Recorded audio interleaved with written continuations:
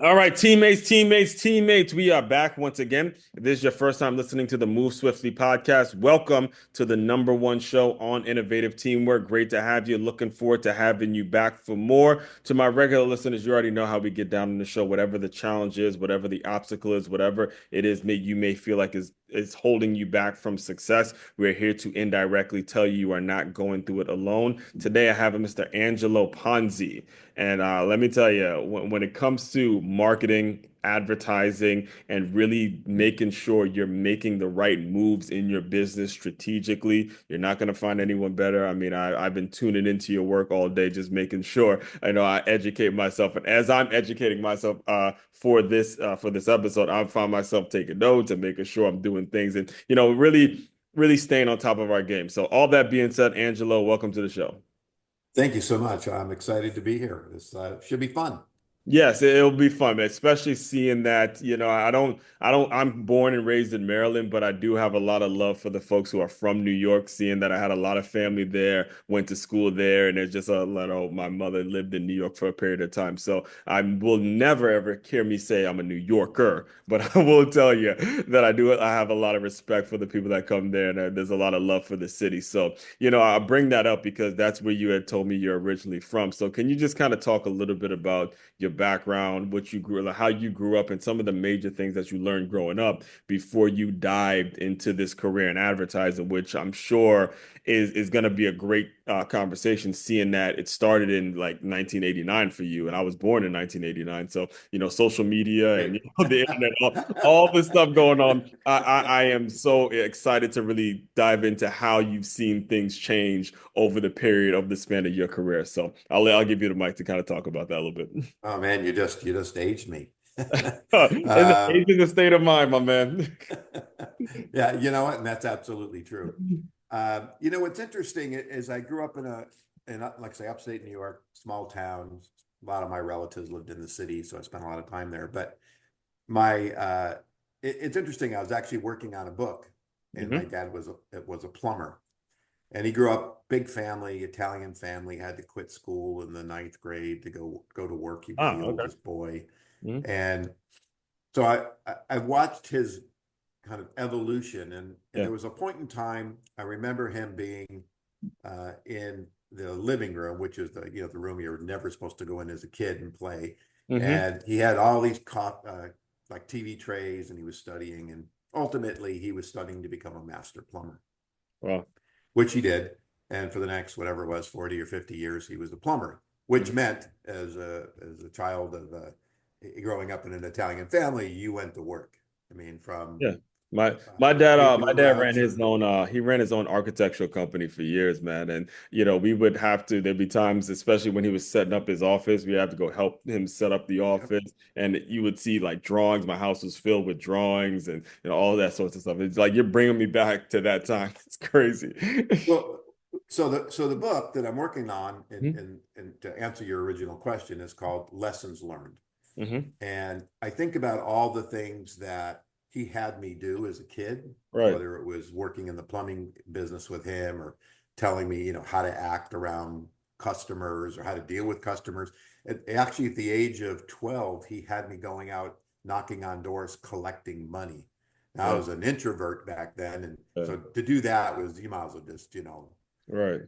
put me in a wherever. I was the scariest thing I think I ever did. Hmm. But ultimately, it allowed me to learn how to communicate with people Hmm. and to do things that were uncomfortable.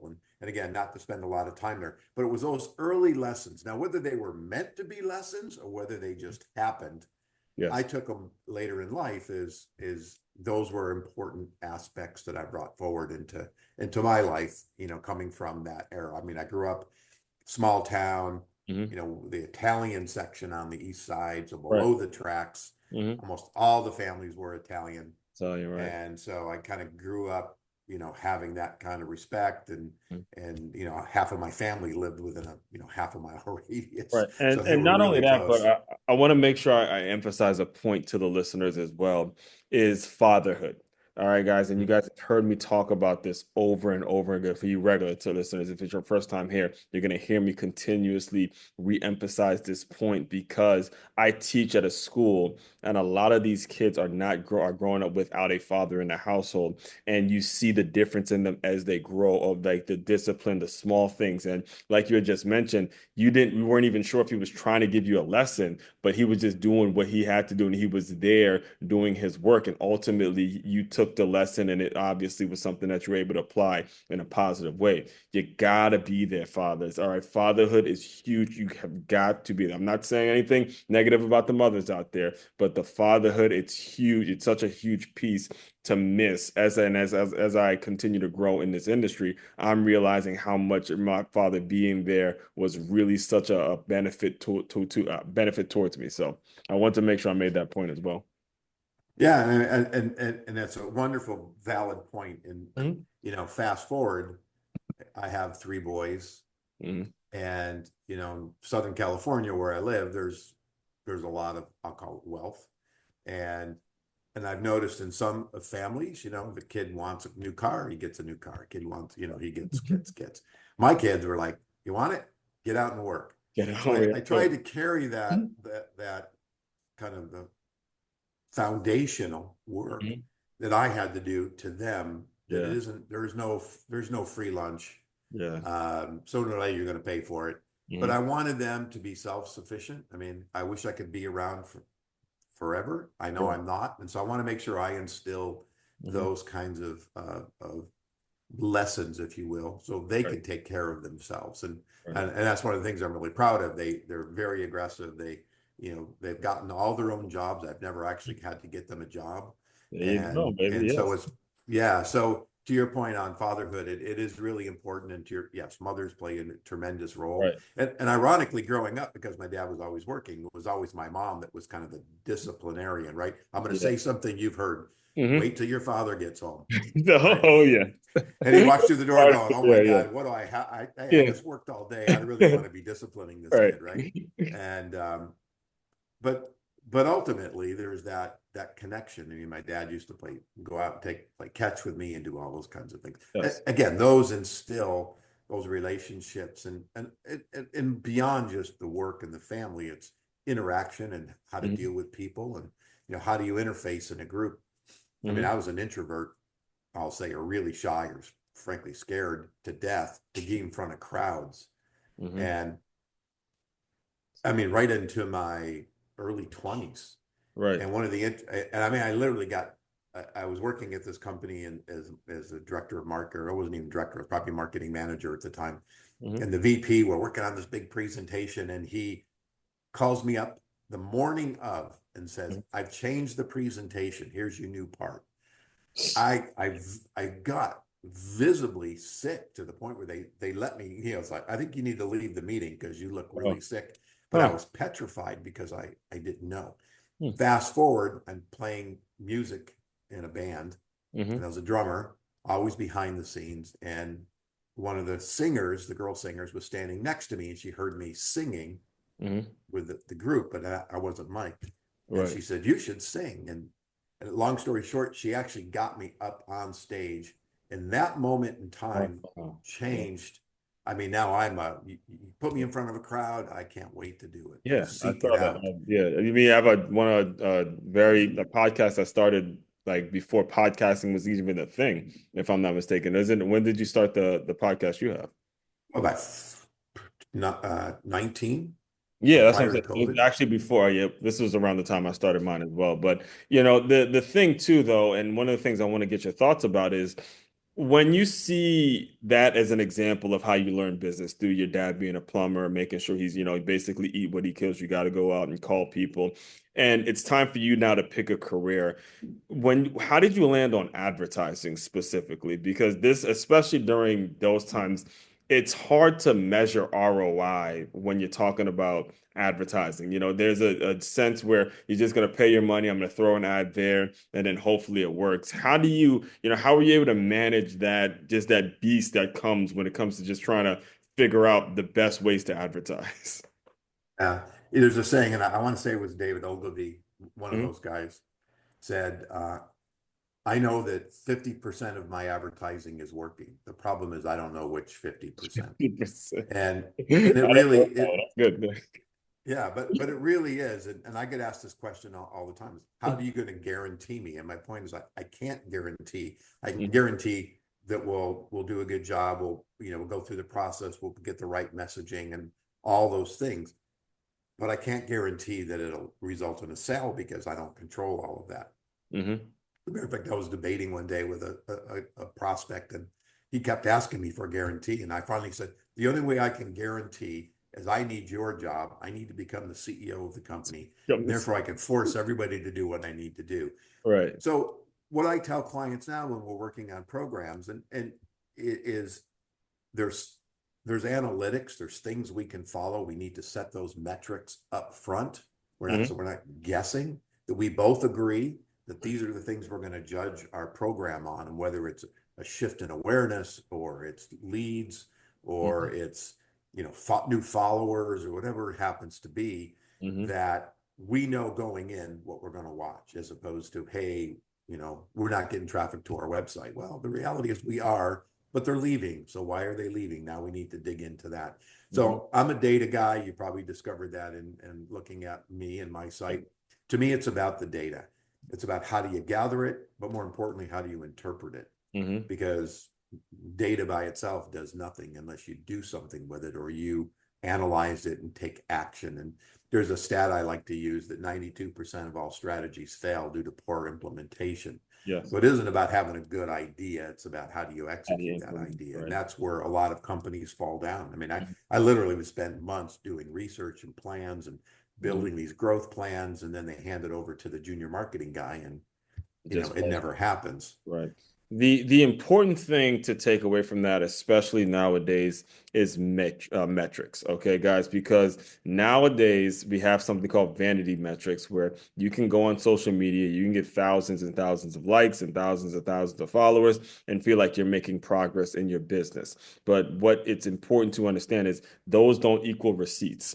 All right. The people that actually put their card information and pay for something, those are the metrics that you should be looking at and primarily focusing your attention on, because we have all of these distractions. And myself having a sports background, I gotta hear the story about how, I guess it was through Action Sports was kind of your breakthrough client. I was reading an article about you where you said, there was an Action Sports client that was able to help you kind of see things a little differently. So I'll let you kind of explain that now.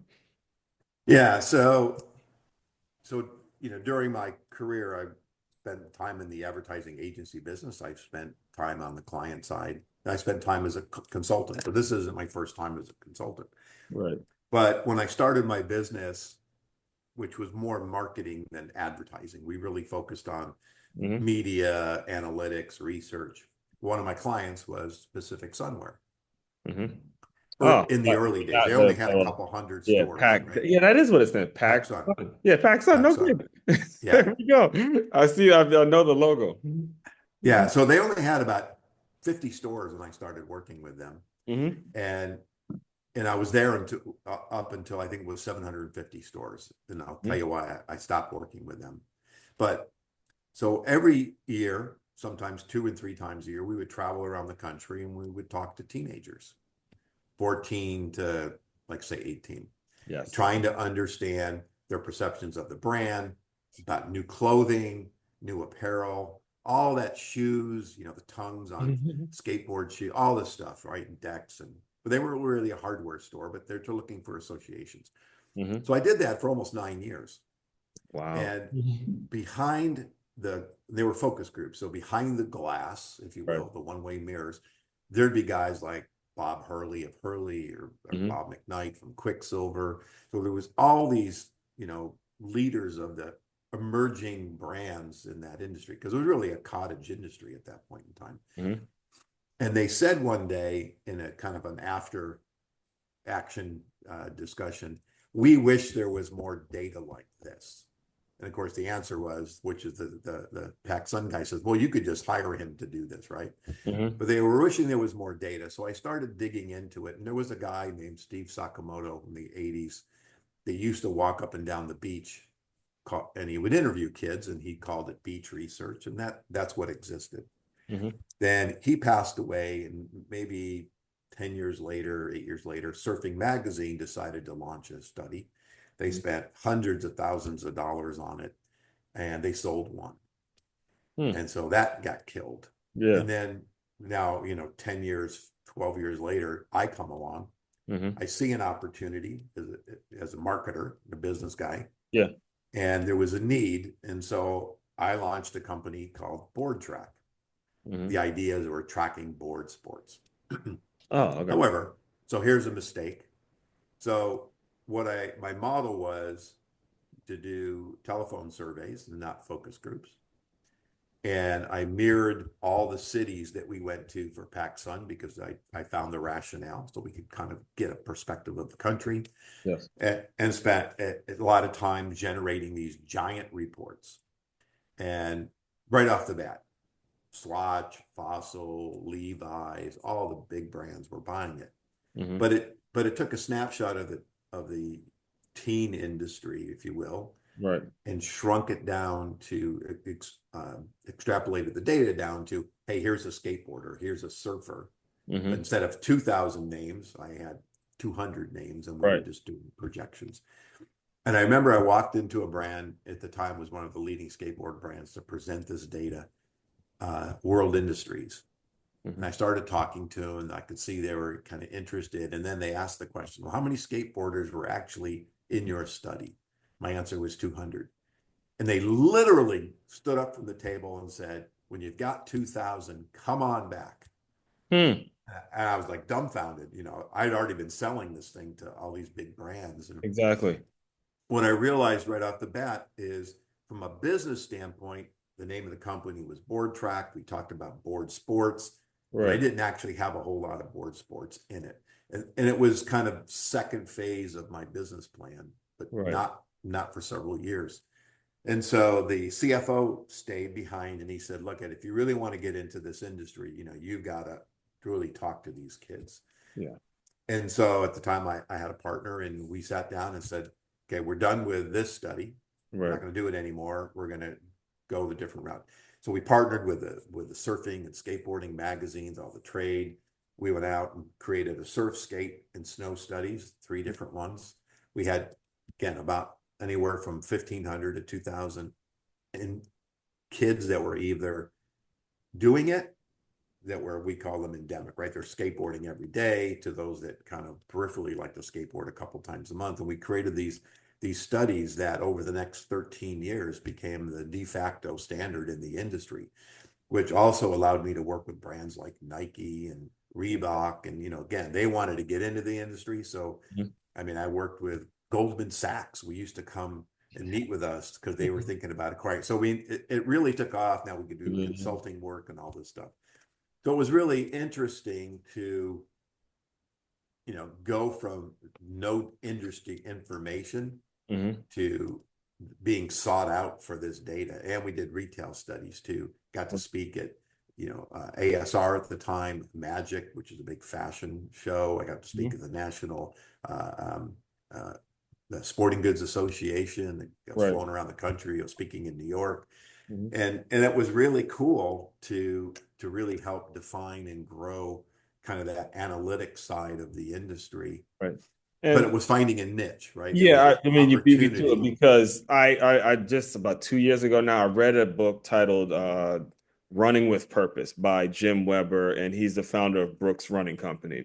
And he was saying in the book, and he actually has a TED Talk too that I listened to, was that at some point they focused solely on runners. They didn't want to sell to anybody else. They just focused on runners. And if you look at the numbers they were able to do compared to the numbers that Nike was able to do, even though Nike has obviously a bigger budget, they were still kind of very similar, but spending less in marketing, and when it comes to that experience, when you're like, you're interviewing all these teams, but then and I'm explaining this to you guys so you listeners can catch on here, is when you have all these teens and then you find this group of skateboarders and then you have 200 and then as soon as they said I make it numbers 2000, it all came from this element of you focused on this particular group and then everything started opening up for you. So, when you see that thing, I mean, well, first of all, congratulations, because that's an awesome, awesome experience to have to go and interview people and, interview the teens and just the experience and all that. I could only imagine how rewarding that may feel for you. But when it comes to consulting with other businesses, how do you get them there to understand that? Because what I've experienced is so many, and I've been around the block with quite a few business owners. So many of them focus on the wrong thing, whether it's social media, whether it's this website, whether it's the logo, whether it's now I'm going to start selling shirts. I'm going to just start doing everything so it looks like in business, but you're not getting to your target person. You're not getting to the person that's actually going to buy your stuff. So when it comes to you like coaching owners, business owners through that, what's the process that you take? Well, everything you just described is Mhm. tactical. And you're right. You hear the word marketing and everybody's mind goes to the tactical stuff. Mhm. For me, it's the strategic. How do I communicate? How do I sell you a t-shirt Mhm. if I don't know what your interests are? I don't know what motivates you. I don't know if you're a Nike fan and I'm Reebok, how am I Mhm. going to make you switch? What are those triggers that are going to help me in communicating to you? So to me, Mhm. it's about customer centricity. I'm going to talk about you, I'm going to educate you. I'm going to lead you along Mhm. to make the right decision, which is my brand. So part of that is, for me, the essential part of that is, well, again, I'm going to repeat it: data, getting to know. I spend a lot of time talking to clients, customers, Mhm. dissecting their competition, looking for gaps and opportunities before we ever do websites and social media. Again, trying to, how do I be relevant to various customer bases, right? A one size fits all does not work. So if I'm going to talk to you and you're a runner, I got to talk about running. I'm not going to talk about swimming because Yep. you don't care about swimming, right? Exactly. So a big horizontal generic message doesn't work. Mhm. And so you have to, you listeners out there, you have to spend some time to get to know your customers. Whether if you're selling, again, a skateboard deck, go to the skateboard parks, talk to these Yeah. guys. Right. Why do they like one deck over the other? What are they looking for? And and and and really getting to know them is going to help you decide how you're going to message, and also where they are. I Yeah. mean, I tell clients, they go, we got to be on every social channel. And I go, why? You're selling manufacturing services. I can guarantee you the engineer that you need to sell to is not looking for you on TikTok. Is Yeah. just not going to be there. And so you have to understand how your customer gathers information. Right. How do you reach them? What's of interest? Mhm. If you're targeting, I tell people, if I'm targeting a 60 plus year old, Mhm. well, I can get them with video, but they also like to read those kind of white papers and, Exactly. hands-on stuff.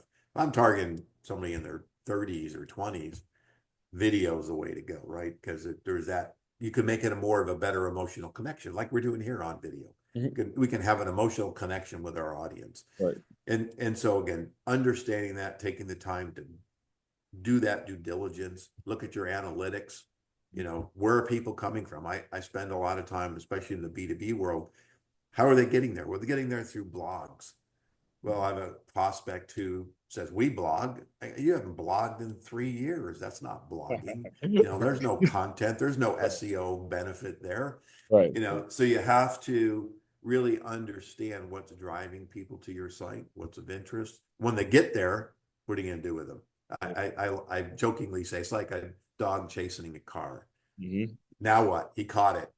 The same Exactly. thing. You got somebody to your site. What are you going to do with them? What are you gonna You're going do? to bore them to death, or you're going to lead them to a sale or a download or whatever you're going to on Yeah. their journey. And, And and so if they don't spend time there, that's the mistake. If you're a restaurant owner, all right. what's your trading area, or how many people are staying in your community or leaving your community, right? If everybody's driving out of your community to go to work, maybe a breakfast day part is not something you need to do because there's nobody there to eat breakfast. So Yes. again, understanding the data.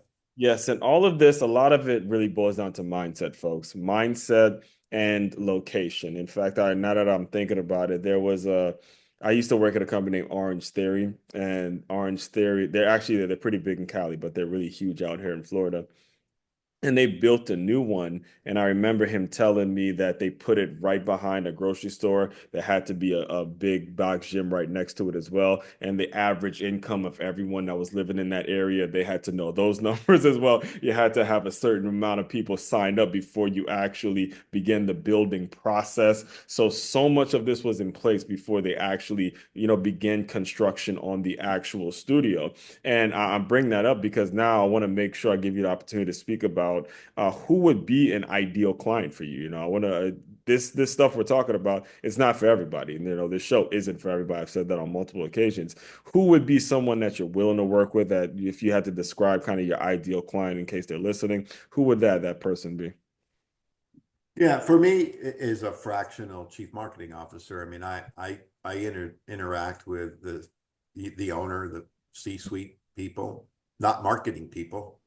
Right. No marketing person wants me in there, Hey, they're not. right? That would be fair to you. I could already tell that. They're like, oh, they're like, oh, I might be getting let go if he's talking too much. Um, so I've worked with literally from startups to big Mhm, organizations, and part of it is about believing what the power of marketing can do mhm, and brand building, right? They're kind of different. Takes time to build a brand. Selling your product via marketing is one thing, but building a brand that people trust and respect and want to be part of and have an association, that takes time.